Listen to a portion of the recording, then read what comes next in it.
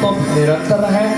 आप भक्त सच्चे मन से जब भी प्रभु की तरफ आते हैं तो जैसे राजा अम्बरीश का रक्षा जो है ठाकुर जी ने किया, वैसे आपकी भी रक्षा करते हैं। मेरो राधा रमण गिरधारी, गिरधार श्याम बनवारी। मेरो राधा रमण गिरधारी, गिरधार श्याम बनवारी। मेरो राधा रमण गिरधारी, मेरो राधा रमण गिरधारी, मेरो राधा रमण गिरधारी, मेरो राधा रमण गिरधारी, मेरो राधा मेरो राधा रमण गिरधारी, गिरधार श्याम बनवारी।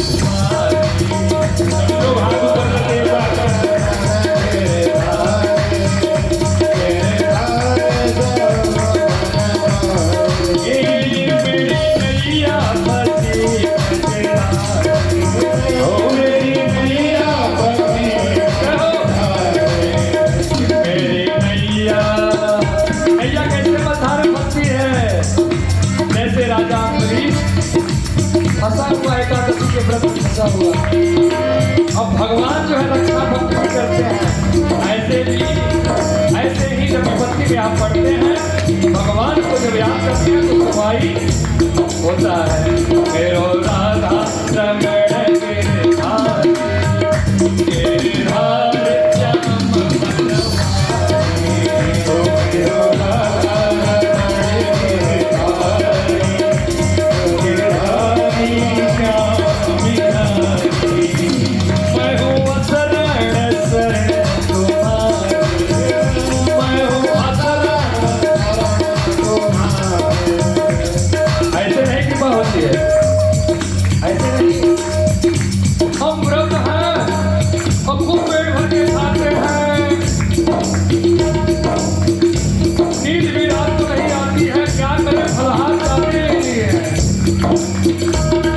आपको पेट का आ रहा है, व्रत में ज्यादा भोजन ले लेते हैं, व्रत में ज्यादा आहार लेते हैं। अब कहते हैं व्रत है, अरे जब कम आहार लेंगे भैया तभी ठाकुर जी को याद करेंगे, और नहीं तो ज्यादा ले लेंगे तो पेट को याद करेंगे। ठाकुर जी कहे मुझे कहा तूने व्रत में याद किया, तो जीवा को दिया और पेट को भरा। जब मेरे शरण में रहो, अब मुझे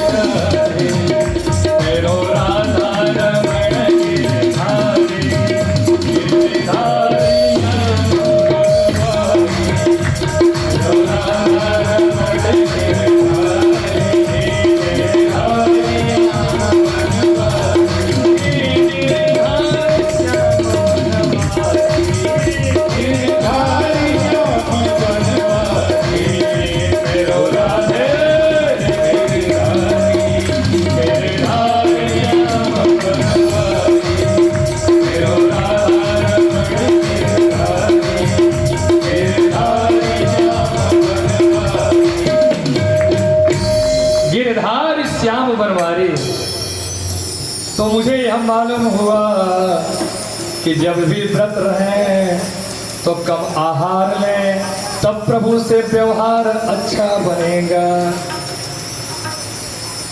आज भी माताएं बहनें भाई बंधु जो है नवरात्रि का सुंदर सुंदर, कोई 9 दिन का व्रत, कोई उतरती चढ़ती का व्रत, हाँ, प्रथम दिन और अंतिम दिन का व्रत। कितने लोग तो व्रत का नियम से, और कितने लोग तो पत्नी कहते हैं बढ़िया बढ़िया खिलाओ, आज अवसर बढ़िया है कि व्रत है। तो अगर पत्नी समझदार बुद्धिजीवी है तो कहती है कि आप बरती हैं कि पेट भरने के लिए बरती हैं। पत्नी भी गुरु होती है, हाँ? बोले राधे राधे। तो व्रत में आहार का संबंध कहाँ कहाँ है, ध्यान दीजिए, ज्ञान का विषय है। अगर विद्यार्थी पढ़ने वाला आपका बेटा खूब बढ़िया बढ़िया खिला करके पेट भर दीजिए और खूब खा लिया, तो आपने कहा बाबू अब तो 1 घंटा होगा, पढ़ लो। क्या मम्मी तुम्हें इतना बढ़िया मैया बनाई थी, क्या ज्यादा ले लिए हैं, आज नहीं बैठ पाएंगे। दूसरे दिन भी माँ ने बढ़िया बनाया, खूब बढ़िया खिलाया, बेटा ने खूब खाया फिर। विद्यार्थी को अल्पाहारी गृह त्यागी विद्यार्थी 5 लक्षण। आहार उतना ही लीजिए जिससे कि कुछ क्षण में, कुछ समय में आप बैठ करके पढ़ सकें। और उसी तरह से साधक जो साधना करने वाला होता है उसको भी उसी तरह से आहार लेना चाहिए जैसे 5 घंटे बैठे रहे। बोले राधे राधे।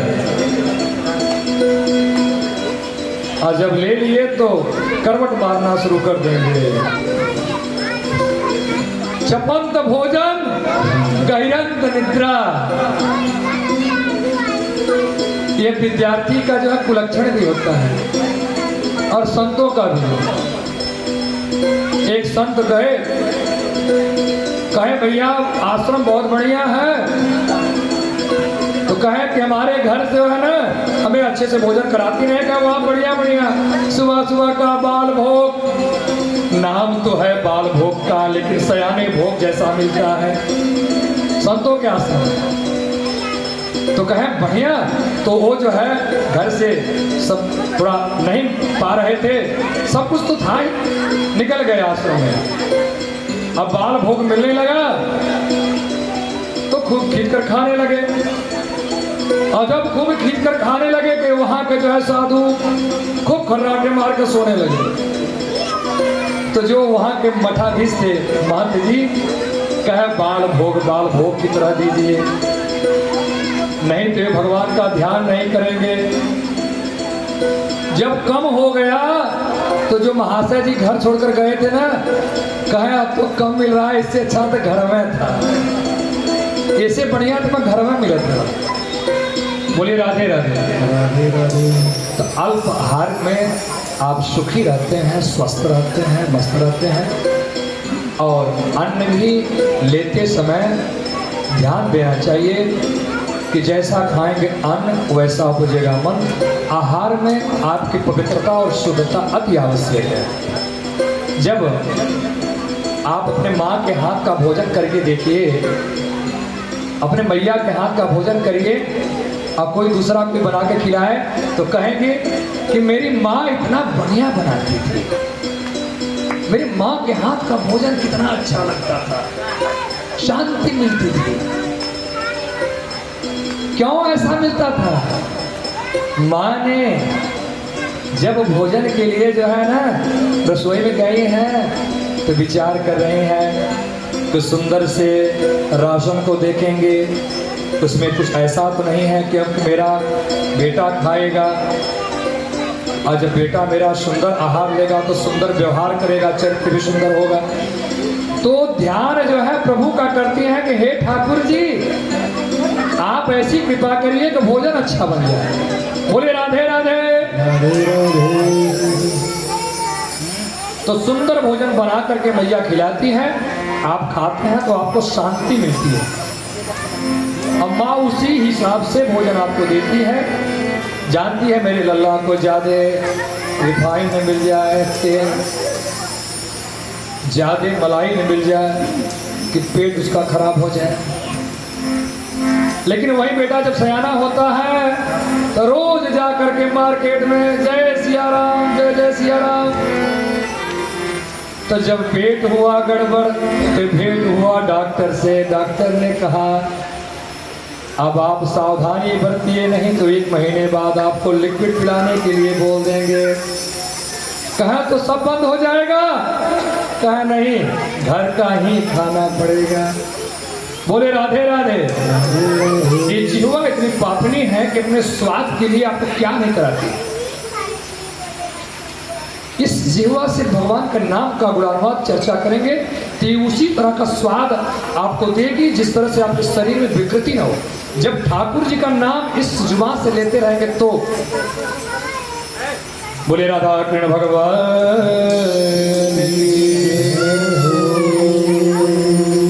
कथितो वंश विस्तारो भवता सोम सूर्ययो राज्ञां चो भयवंशा वंश्यानां चरितं परमाद्भुतम्। सुखदेव जी कहते हैं परीक्षित, मैं तुम्हें उस भगवान श्री कृष्ण की लीला का वर्णन कराता हूँ जिनकी लीला का चरित्र गुणानुवाद देखकर सुन करके जो है सभी जो है प्राणी जो है धन्य धन्य हो जाते हैं। बोले राधे राधे। कहें तो आप इस लीला का जितना बखान कर रहे हैं, अभी इतनी प्रशंसा किसी लीला में नहीं चरित्र में किए, तो उसका चरित्र, उस लीला का चरित्र मुझे बढ़िया सुनाइएगा। कहा उस लीला में भगवान श्री कृष्ण का जन्म होता है, उनके बाल लीला का अद्भुत जो है आनंद मिलता है। तो कहें उस वंश का विस्तार पूर्वक मुझे खूब विधिवत सुनाइए। इस लीला को जितना बड़ा बनाना हो बना करके खूब मुझे बढ़िया सुनाइए। जैसे एक माँ अपने बच्चे को जो है किसी अच्छे दृष्टांत को सुनाती है तो बच्चा कहता है भैया इसे और बताओ ना, और बताओ। तो भक्त जो होता है बाल अवस्था में भगवान के सामने बालक का स्वरूप होता है। और हमारे ठाकुर जी जो है माँ और पिता का दोनों का जो है प्यार देते हैं। यदुष्य धर्मशीलस्य निरता मुनिषत्तम तत्त्वांसेनावतीर्णस्य विष्णोः विनयानि संसनः।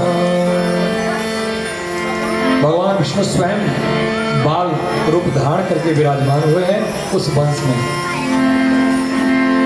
माँ पृथ्वी जो है पीड़ित दुखित होकर के देवताओं के पास जाती है, कहती है कि अब मुझसे सहा नहीं जा रहा। पृथ्वी मैया गौ का रूप बना करके देवताओं के पास, नारायण के पास जाती है और कहती है कि मुझसे सहा नहीं जा रहा है। कह देवी क्या हुआ? कहें कि हमारे संतानें पापी हो गई। राजा भी पाप करता है, प्रजा के साथ अत्याचार करता है, उनका शोषण करता है। मैं पाप के कारण जो है मेरे ऊपर भार बढ़ गया। कह देवी संतान कभी माता के लिए भार बनते हैं? माता कितने भी स्वस्थ बच्चे का जन्म दे और बच्चा बड़ा होने लगे कि माँ उसे ढोती रहती है, ढोती रहती है। अगर उसी बच्चे को दूसरे के हाथ में थमा देती है तो कहते हैं ले लीजिए भैया, इतने देर तक मैं नहीं ले पाऊंगी। तो माँ की दर्जा कितना ऊंचा होता है। कहे मुझे अपने बच्चों से के भार से दुखी नहीं हूं, उनके जो पाप रूपी, जो उनके पाप रत कार्य है उससे मैं दुखी हूं। देखिए कभी धर्म जो है भार नहीं बनता, लेकिन अधर्म भार बन जाता है। तो कहे देवी ये पृथ्वी भैया आप धैर्य धारण करो। देवता लोग समझाते हैं और हमारे नारायण जी मुस्कुराते हैं, कहते हैं देवी आप जाओ, द्वापर में हम जो है स्वयं अवतार लेने वाले हैं, आएंगे आप के जो है स्थानों पर खेलेंगे, सुंदर सुंदर लीलाएं करेंगे। लेकिन देवी आप जाओ, अगर ब्रह्मा जी समझाए हैं, आप महारानी आप जाओ, शीघ्र ही प्रभु का अवतार होगा। यहाँ जो है मथुरा मंडल, प्राचीन काल में यदुवंशी के राजा सूरसेन मथुरा मंडल में रहकर मथुरा मंडल का राज शासन संभाल रहे। मथुरा में ही सूर्य के पुत्र वसुदेव थे। वसुदेव बड़े सत्य निष्ठ कर्म, उनका अच्छा कर्म सत्कर्म, प्रभु का निरंतर चिंतन करने वाले थे। और उसी मथुरा मंडल में उग्रसेन राजा, उग्रसेन का लड़का कंस अत्याचारी हो गया। इतना कंस अत्याचारी हो गया, उसके अत्याचार के प्रभाव से सारे लोग पीड़ित हो जाते हैं। अपने पिता को भी बंदी बना करके जो है कहा अब शासन करने लायक नहीं है, अब चलिए। जब बेटा जो है ना संस्कार से होता है तो पहले जो है मलिकाना ले लेता है, पिता के हाथ का मलिकाना छीन लेता है कि अब मलिकाना आप चला नहीं पा रहे हैं, मलिकाना मैं संभालूंगा। तो कंस कहा कि अब हो गया, आप रहने दीजिए। अपने हाथ में सब कुछ ले लिया। बोले राधे राधे। इधर उन्हीं के परिवार कंस के चाचा की लड़की जो है देवकी थी, देवक की कन्या देवकी। कंस विचार किया कि हम तो अभी तक सब काम अच्छा किए नहीं है, लोग मेरा जो है मेरे विषय में अच्छा बोल नहीं रहे हैं कि कंस इतना अत्याचारी है कि यह हर तरह से गलत ही कर रहा है। बोले राधे राधे, बोले राधा कृष्ण भगवान की। तो कंस के अंदर विचार आया कि हम जो है ऐसा करें कि अपनी इस चचेरी बहन की शादी अच्छे परिवार में कर देंगे। तो जब अच्छे परिवार में कर देंगे तो लोग मेरी प्रशंसा करेंगे। तो वर के लिए मिले जो है वसुदेव जी से कहे आप मेरी चचेरी बहन का हाथ थामेंगे। उन्होंने कहा कि मैं तो सुना हूँ कि देवकी बहुत ही अच्छी है, सुंदर है, चरित्र भी उसके सुंदर है, तो ठीक है मैं तैयार हूँ विवाह करने के लिए। तारीख समय पक्का हो गया, बारात लेके वहां पहुंच जाते हैं। मंगल गीत से विवाह शुरू हुआ। वहां जो है सभी माताएं बहनें सुंदर सुंदर गीत गाई। अब कह भी रही हैं कि कंस ये काम तो अच्छा कर रहा है, अभी तो जितना किया सब पाप की गलत किया, इस बार का कार्य उसका अच्छा है कि अपने चचेरी बहन की शादी कर रहा है। क्योंकि लोग तो अपना परिवार नहीं देखते हैं, चचेरी बहन का कौन देखते हैं। तो ये सुनकर के कंस के अंदर हुआ, ओ हमने तो छोटा सा नमूना पेश किया, भाव दर्शाए लोगों को, और लोग मेरी इतनी तारीफ कर रहे हैं। तो विवाह जब संपन्न हो गया, संपन्न होने के बाद कन्या की विदाई का समय आया। कंस के अंदर विचार हुआ कि इसे अगर हम जो है पहुंचा देंगे वसुदेव और देवकी को उसके घर तक, तो और लोग यहाँ के प्रजा और खुश होंगे, कहेंगे कि ऐसा भी आज तक कोई नहीं हुआ जो कि अपने बहन और बहनोई को विवाह के मंगल के समय जो है घर तक पहुंचाए। कंस कहा कि इस बार रथ को हम चला के पहुंचाएंगे और प्रशंसा पाएंगे। कंस का विचार भावना हृदय में था नहीं, लेकिन समाज को दिखाना, अपना प्रभुता कायम करना चाहता था। आजकल लोग ना अपना प्रभुता बनाने के लिए कहते हैं मेरा उनसे परिचय है, मेरा उनसे परिचय है, ऐसे ऐसे अधिकारी मेरे साथ रहते हैं। लेकिन उनका आचरण धारण नहीं करते हैं। मैं उस संत के आश्रम में जाता हूँ लेकिन संत का नहीं आचरण पाता हूँ। महिमा बता दिया मैं सामान्य नहीं हूँ। तो ये जो है कंस के अंदर विचार आया कि हमारी प्रभुता बढ़ रही है, तो आओ थोड़ा सा बना ले। रथ पे देवकी वसुदेव को बैठाया, चलिए हम आज लोगों को छोड़ देते हैं। अरे नहीं नहीं, आप रहने दो, किसी जो है सारथी का लगा दो।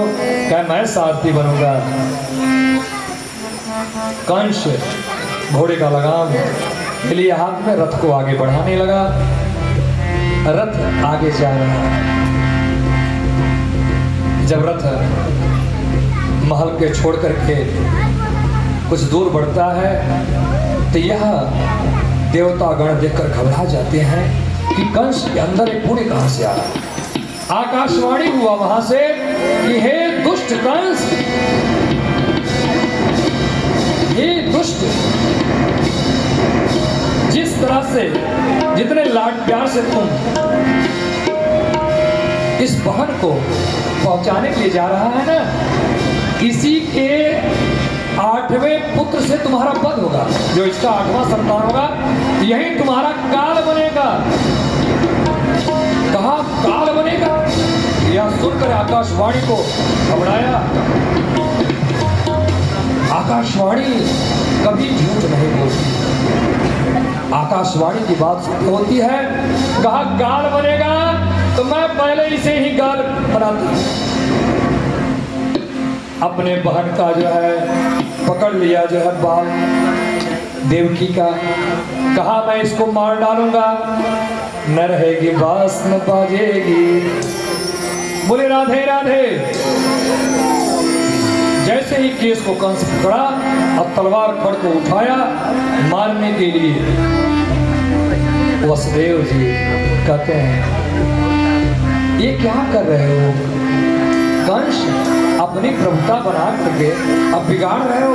अभी इसके हाथों की मेहंदी नहीं छूटी है, अभी ये ससुराल नहीं पहुंची है। अब घर से विदाई के समय तुम अगर अपराध कर दोगे ना तो तुम्हें बहुत लोग हे दृष्टि से देखेंगे। लेकिन उसे ये नहीं था, उसको था कि मुझे मार डालेगा। अपने मृत्यु के भय से कहा नहीं छोड़ेंगे। वसुदेव को लगा कि मूर्खों की प्रशंसा करने पे ना वो मस्त हो जाते हैं। तब सुनते हैं, क्या देखो तुम तो महान शक्तिशाली हो, तुम्हारे जैसा कोई नहीं है। तुम जब चाहो जिसको चाहो बंदी बनाकर कारागार में डाल सकते हो, लेकिन तुम्हें 8वें से डर है तो 8वां पुत्र मैं लाकर तुम्हें दे दूंगा। मेरा वचन पक्का है। कंस के अंदर भाव आया। कहा ठीक है, ये जो है वचन का पक्का है। वसुदेव कहा ठीक है मैं छोड़ देता हूं, लेकिन 8वें को लाना। कहा ठीक है, रथ को छोड़ दिया। ये लोग विचार करते हुए जा रहे हैं, सोच रहे हैं कंस कब क्या कर देगा। क्योंकि मूढ़, अगर मूढ़ मती इंसान हो जाए तो पल भर में क्या बिगाड़ देता है कोई जानता नहीं। कंस विचार करने लगा कि आकाशवाणी कभी गलत नहीं हो सकती है। विचार कर ही रहा था तो सोचा कि ऐसा करें कि दोनों को कारागार में डाल देंगे। कारागार में रहेंगे तो सभी जितने संतान होंगे सभी को हम देखते रहेंगे मेरे संरक्षण में। बोले राधे राधे।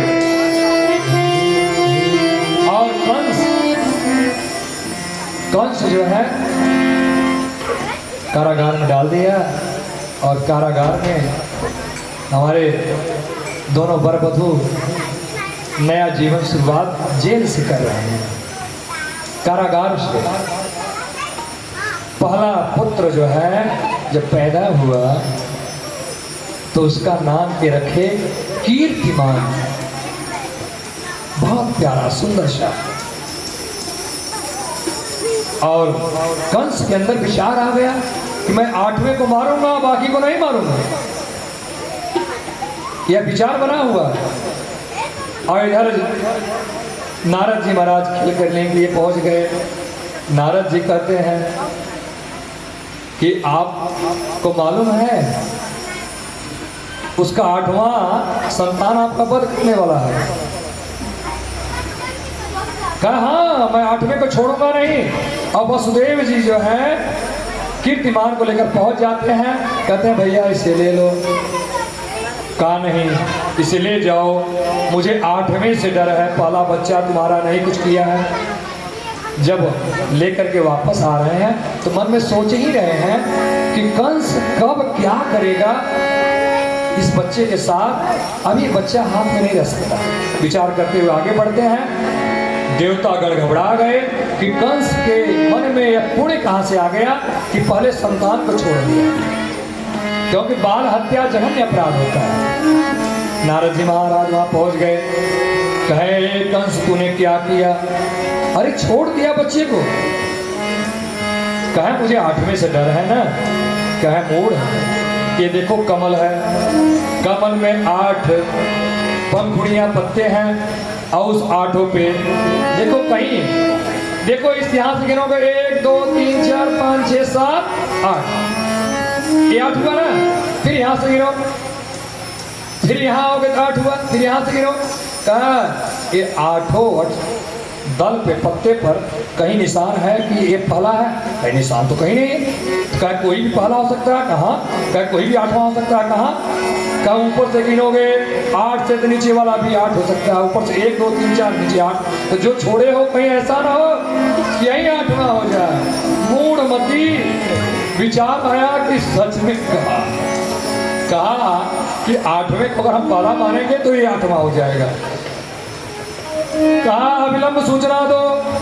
वसुदेव जो है संतान को लाए, कह लाएगा क्या? मैं खुद पहुंच जाता हूँ। पहुंचता है, उस बच्चे को छीन करके और उठा करके जो है एक पत्थर के टुकड़े पर फेंक देता है, तो वह समाप्त हो जाता है। बोले राधे राधे। ऐसे ही प्रथम संतान का वध किया, द्वितीय संतान का वध किया, तीसरे का, चौथा, पांचवा, छठा। जब बच्चों को बाल हत्या होती है ना तो ठाकुर जी को बहुत कष्ट होता है, क्योंकि बालक भगवान का स्वरूप होता है। अब बाल हत्या आप करते हैं ना, सभी हत्याओं के लिए एक बार मुक्ति बनते हैं, लेकिन बाल हत्या की नहीं।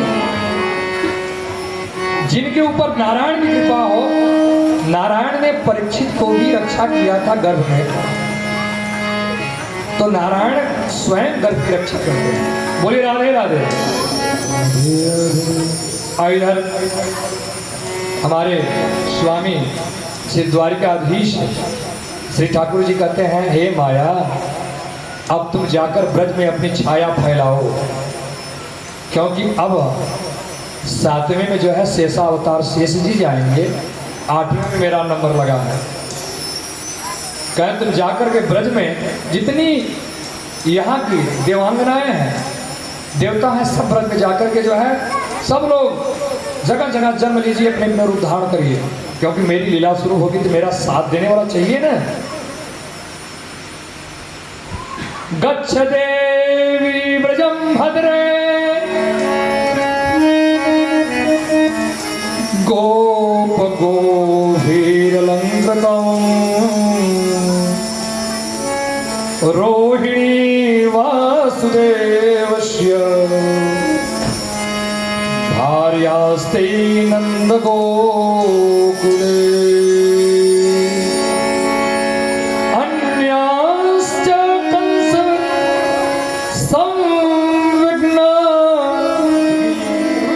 मध्याह्न समय में इनका जन्म हुआ था। हथकड़ियां बेड़ियां जो है भूल गई, और वसुदेव जी जो है लेकर उस बच्चे को चल पड़े हैं, क्योंकि कारागार भी खुल गया। अब आगे लेकर बढ़ते हैं, और जब आगे बढ़े हैं तो बहुत तेज से बारिश हो रही थी। दरबारी सोए हैं, बाहर निकल रहे हैं, बारिश बिजली कड़क रही थी, बिजली की कड़क आगे तो नहीं है। आगे बढ़ते हैं, यमुना जी के तट पर पहुंचे। शेषनाथ जी कहते हैं कहीं ऐसा ना हो कि जो है हमारे प्रभु के ऊपर जो है वर्षा हो। इसी शेषनाथ जो है खड़े हो गए। चलिए मैं छत तो देता हूँ छाया। जमुना जी में प्रकट हुए, जैसे जमुना जी में प्रवेश किए और जमुना जी में प्रवेश करते हैं, जमुना मैया का जल बढ़ा हुआ है, जमुना मैया का जल बढ़ा हुआ है, जमुना मैया का जल बढ़ा हुआ है। बस साइड साइड जमुना मैया जो है उफान मार रही है चरण होने के लिए और चरण को छूने के लिए प्रयास करती हैं। और इधर हमारे ठाकुर जी कहते हैं, अरे जमुने उफान को ठंडा करो, नहीं उफान से हमारे पिताजी जो है डूब जाएंगे। तो जमुना मैया कहते मुझे चरण दे दीजिए। बंद मत करना, फोन चालू होने देना। बोले राधे राधे राधे राधे। जमुना मैया चरण होकर के शांत होकर के रास्ता दे देती है। ये जो है बसदेव जी पहुँचते हैं गोकुल में। पहुँच करके बस एक रात्रि का समय है, वहाँ पर एक छोटी सी बेटी खेल रही है। उस बेटी को लिए और इनको सुलाए, ले करके आए। कारागार में जब पहुँचते हैं, कारागार में पहुँचने के बाद हथकड़ियाँ बिड़ियाँ लग गई और कन्या जोर जोर से रोने लगती है। जोर जोर से आवाज सुनते ही दरबारी जो है, जितने कारागार के जो है दरबारी के सब जग जाते हैं। और जगने के बाद मोबाइल हटाइए, दौड़े गए, कहे स्वामी बच्चा ने जन्म लिया।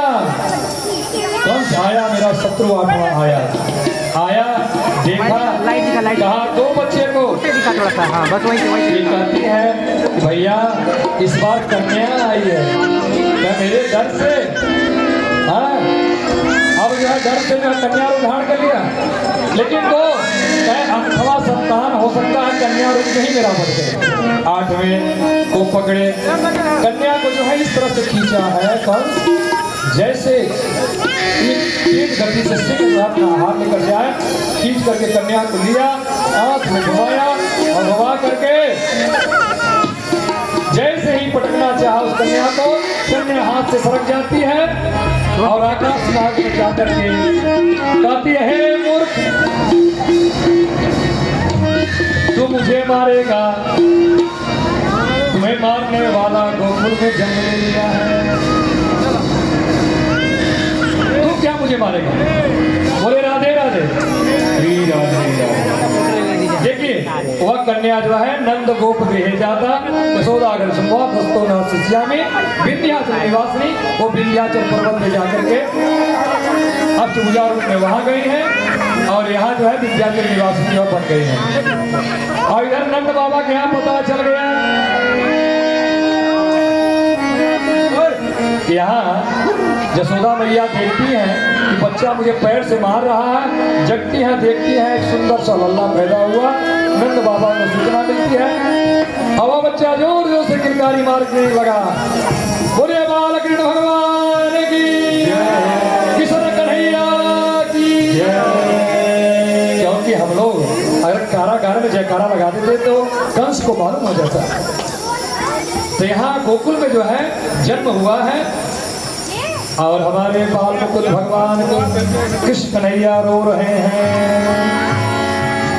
और ग्राम वासियों को मालूम हुआ कि छोटा सा बाबू कान्हा जो है जन्म लिया है नंद बाबा के यहाँ। सारे लोग आते हैं बधाइयाँ देने के। जन्म होने पे क्या होता है बधैया रे करे। बहुत दिन के बाद लाल हुआ है ना, नंद बाबा बहुत खुश हैं क्योंकि हाँ ये बहुत दिनों के बाद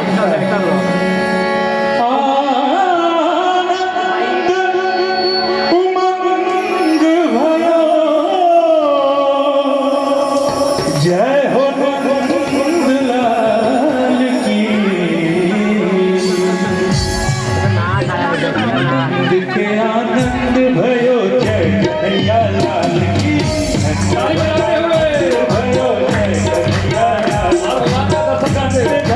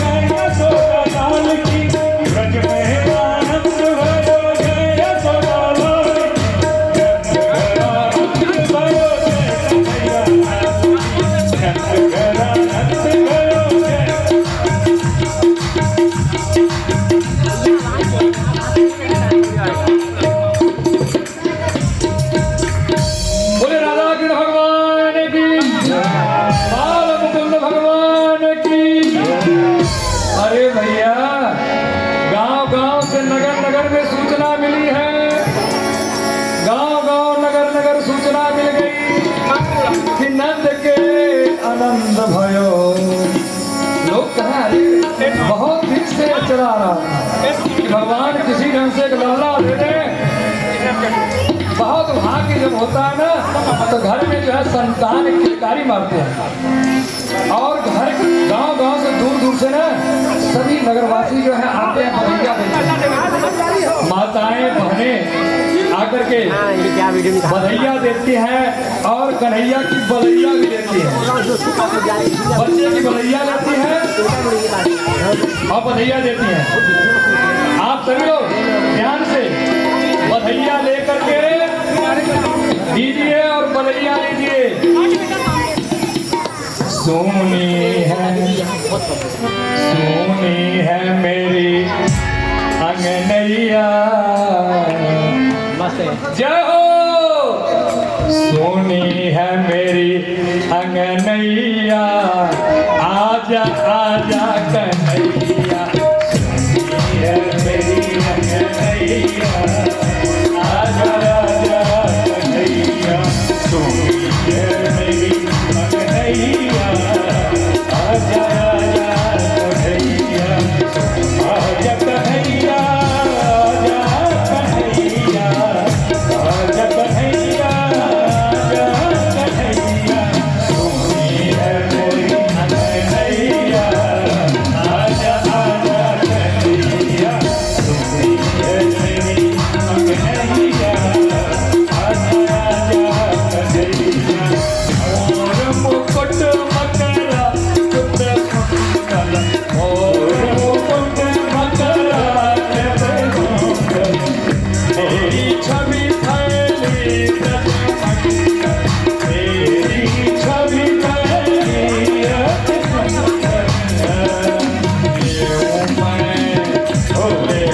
मैं तोरी बलैया, आजा आजा कन्हैया।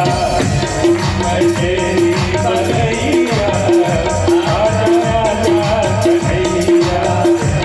मैं तोरी बलैया, आजा बलैया कन्हैया।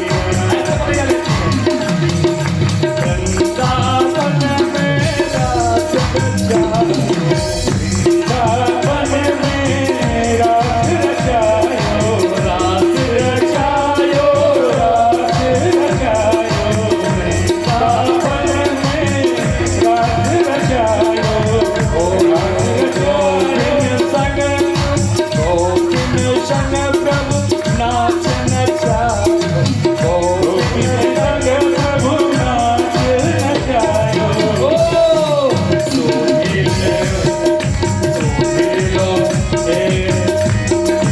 साऊ जी के भैया, आजा आजा कन्हैया। सोनी है मेरी अंगनैया, आजा आजा कन्हैया। सोनी है मेरी अंगनैया, आजा आजा कन्हैया। आजा आजा कन्हैया, आजा आजा कन्हैया। सोनी है मेरी अंगनैया, आजा आजा कन्हैया। मेरी अंगनैया, आजा आजा कन्हैया। बधैया दे रही हैं घर की माताएं बहनें बड़ी होकर के, जो हमारे घर की माताएं बहनें खड़े हो जाइए, खड़े हो जाइए, बधैया दीजिए सभी लोग। बधैया बाजे नंदद्वार, बधैया बाजे नंदद्वार, बधैया बाजे नंदद्वार, बधैया बाजे नंदद्वार, बधैया बाजे नंदद्वार। नंद विलास ग्वाल भी नाचे, नंद भी नाचे, ग्वाल भी नाचे। नंद भी नाच रहे हैं।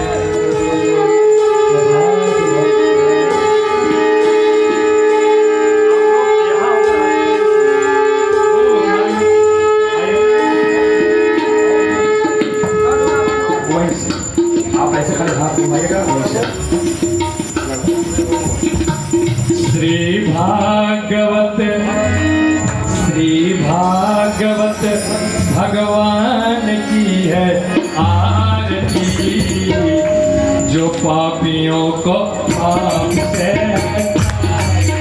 श्री भागवत भगवान की है आरती, पापियों को पाप से आरती, श्री भागवत भगवान की है आरती, पापियों को पाप से हे अमर ग्रंथ हे पंचम वेद निराला, नव ज्योति जगाने वाला, हे अमर ग्रंथ हे पंचम वेद निराला, नव ज्योति जगाने वाला, हरि नाम यही हरि नाम यही हरि नाम यही हरि नाम यही हरि नाम यही हरि नाम यही हरि नाम यही हरि नाम यही, जग के मंगल